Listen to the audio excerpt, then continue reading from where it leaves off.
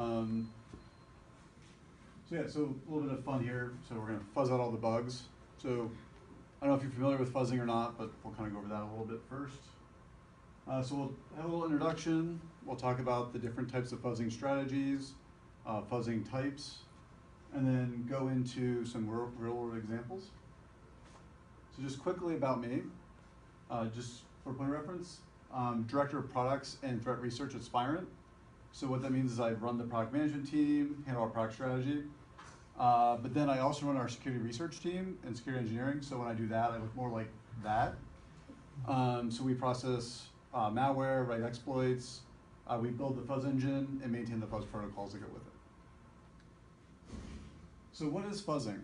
And this is a question I get asked occasionally because the term gets used a lot now. Specifically in this, we're going to talk about protocol fuzzing, but fuzzing is the act of trying to find software defects by sending malformed or unexpected input into an application. And as I mentioned on the screen, it can be used to find actual software vulnerabilities that can be exploitable. I usually like to point out that just because you find a software defect, it does not mean it is a vulnerability, but there's a good chance it can lead to one. Also, like I said, the input can be unexpected, it can be malformed, or it can just be random data, and we're measuring that application response. So that can be, it gets into a bad state, it crashes, it gives an unexpected response back, and you need to be able to measure that and make a determination that, hey, there's something going wrong here, and it could lead to something bad. Feel free to, we'll have a Q&A at the end, but if you have a question along the way, feel free to let me know. The first one that gets referenced a lot is mutation-based fuzzing. This is used to generate a lot of test cases, but it's also known as dumb fuzzing. And the reason for that is it doesn't know anything about its actual target. Its goal is to generate input and just kind of mutate it around. So a good example would be the two ways it's commonly done. So let's say you just have a blob of data that you're going to pass. You're going to just constantly bit flip parts of it and see what the response back is from the application. So you don't necessarily have the structure of the protocol. So let's say you're fuzzing HTTP, you're not sending the right headers. You're just sending maybe just a blob in that 480 request. You can also append data, and that's going to allow you to just add more data to that payload and see what happens as a result. So the bit flipping example, if our payload was test data to fuzz, if we were to flip that around, you could end up with something similar to that box on the right. If we were to append data, same thing, you'd have test data to fuzz. Yeah? I'm using that mic. Sure. Hello? Okay. So if you were to do appending data, that could look like that. So we just extended two of the words and added a lot of additional data to see how the application would respond. Generation-based fuzzing is also very common, and this is sometimes referred to as smart fuzzing. And the main reason for that is generation-based fuzzing, you take the time to understand the protocol definition and the protocol structure. This includes understanding the full state model of the protocol. So in the case of like TCP, you know that you're supposed to send a send, you get a SYNACT back. In the case of HTTP, if you send a certain type of request, you should get a certain type of 200 OK or 500 if you're sending something that's probably malformed. As well as you understand the full protocol model. So what type of payload should go with those types of messages. So looking at the TCP header, if you were to do generation-based fuzzing, you'd want to include everything down from the right spacing for your source port, your destination port, all the way even down to like calculating out the checksum properly. With mutation, the previous example, you wouldn't even bother to recalculate that checksum because you don't know where that goes and how to even calculate that out. But with generation-based, you would know that because you've read the RFC, you understand it, you know, I have to calculate that checksum for that stack to understand my packet. Same thing with HTTP. Here's an example of a state model for HTTP. And you can see we have a begin spot where we can send a request, and we know if we get a 200 OK, we go one path. If we need authentication, we go a different path, and you understand that workflow. And that's how generation-based fuzzing works. Now, I mentioned that at Spirent, we create our own fuzzing engine. We also create our own unique fuzzing strategy. I want to bring it up because we think it's very unique and it's doing a very good job for our customers. And in fact, I'm pretty sure it's being used by one of your teams here. And we call that SmartMutation. And what we've done is we've combined those two common into one practice. And the reason for doing that is you can extend out your testing and add true intelligence in. So if you think about the mutation where you can have many test cases, generation has a very limited. If you combine them together, you can actually extend the testing range of generation. And what we find out, it gives you a near infinite amount of test cases you can run because you constantly mutate inside that generation-based knowledge. And it allows you to test a lot more code paths. And so going back to that HTTP state model, you can actually find, hey, I should go over this way now. And that's what the engine can logically do based off responses. And we call this smart mutation because if you take generation-based and you add in mutation-based, smart plus many equals our smart mutation. That's the end of my sales pitch. We'll go back to some technology here. So when talking about mutation-based, I talked about how many test cases it can generate. So let's say it can generate 1 million plus test cases. And that's actually common for some of the open source tools that exist today. Let's say it finds 2 software defects. The claim with generation-based fuzzing, and this is true, it can detect an overlap, so maybe it'll find that exact same test case that mutation found, and it'll find an additional 3 more. But as I mentioned, the test range is limited, so maybe it has 100,000 test cases. And then if you overlay that smart mutation, you've now covered all of them and found additional ones following the code path. When fuzzing, there's different ways you can actually test, and this is one of the other confusing points that some people get hooked up on. So you can test into endpoint mode, and that's very common with fuzzing engines and fuzzing solutions. And this would be testing, say, the management interface of a device.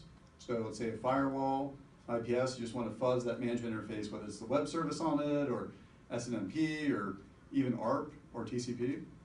But you can also fuzz an actual service. So let's say Cisco Cloud.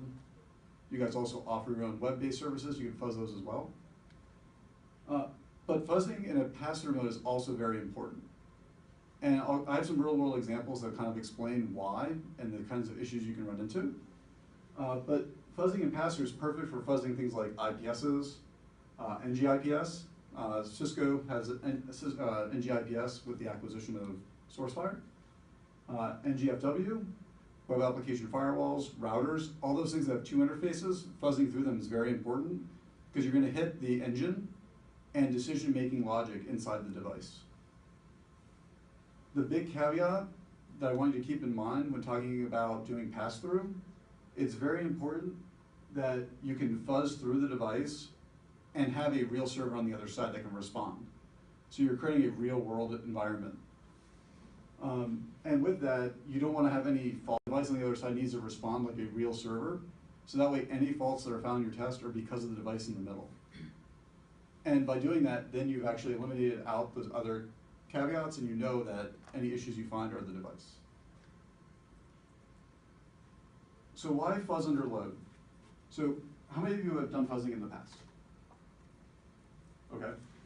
So commonly, fuzzing's done at a very slow rate, 1 test case at a time. I know I'm supposed to hold that on and take a sip of my water.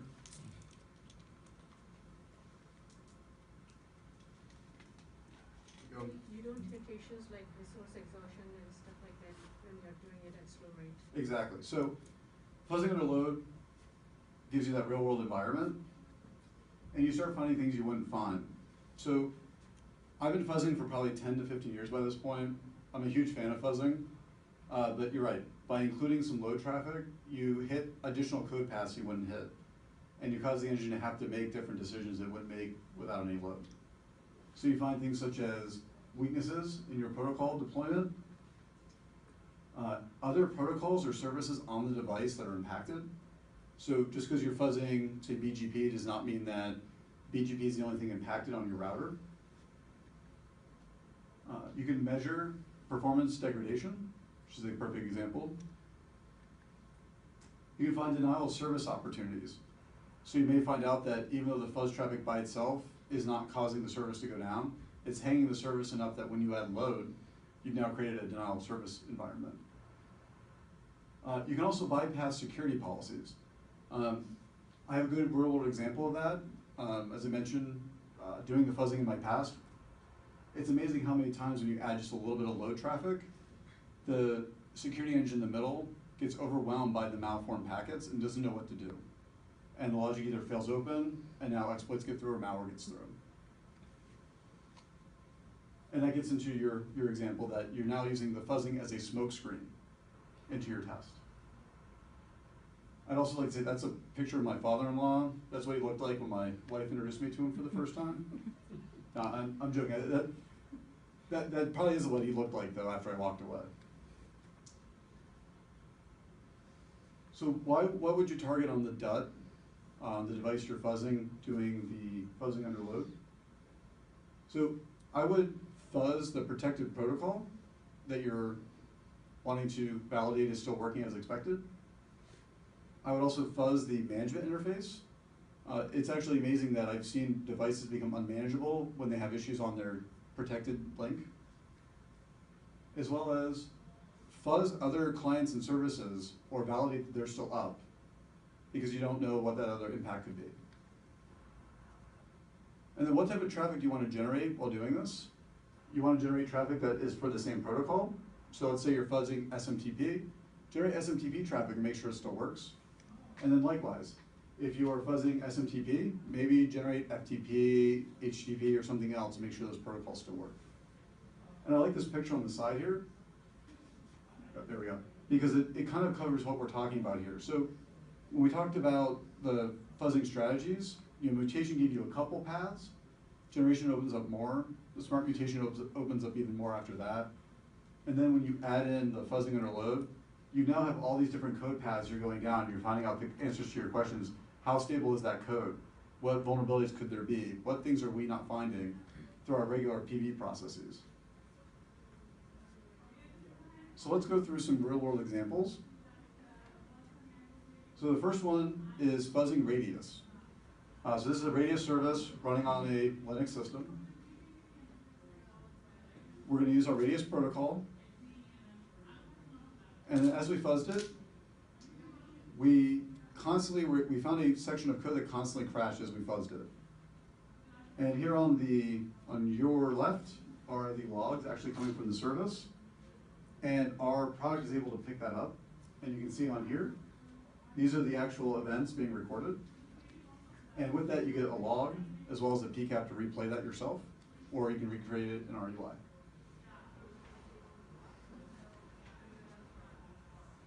Example number 2, this would be fuzzing with load. This would be fuzzing one protocol and generating traffic for that exact same protocol. With a network IPS and fuzzing HTTP. And we're going to target a bunch of IP addresses behind it to confirm those protocols are still protected, or those IP addresses are still protected. So what happened? Well, as the fuzz test was running, utilization spiked up all the way, but there was no crash. However, the IPS began to miss HTTP-based exploits that it detected without the fuzz traffic. And this is something that would have been missed had the fuzz test in pass-through mode with load not been run. So customers would have been exposed just by simple malformed packets interrupting the engine. And the last example is with a core router. And this is fuzzing one protocol and trying out another one. So fuzzing BGP. The public IP address of the router was what was being fuzzed. And then what happened was again, the router went up to high utilization. Again, no crash occurred. However, BGP seemed to be fine. The fuzz engine instrumenting said BGP is still working. We've not detected a crash. However, one of the monitors that's in the environment to instrument other protocols noticed that OSPF stopped working on the router. So here's an example of one service impacting another service. And it may have been tied back to the high memory utilization. I'm not the developer of the router, so I can't tell you what they did to fix it, but this was very alarming to them. And again, this would not have been found had they not fuzzed the actual protocol, added load, and ran it in an environment where it was fully realistic. So if I was to give you some takeaways to think about, yeah, this is what I want you to take away when you be very happy. You've gotten some knowledge in our 15, 20-minute talk here.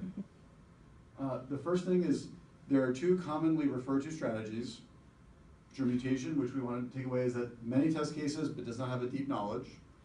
And then there's generation, which has a protocol knowledge, whether it's both the structure and the schema of the protocol. And then there's also an intelligence-driven one that we've created, that's called SmartMutation, and we combine those two together.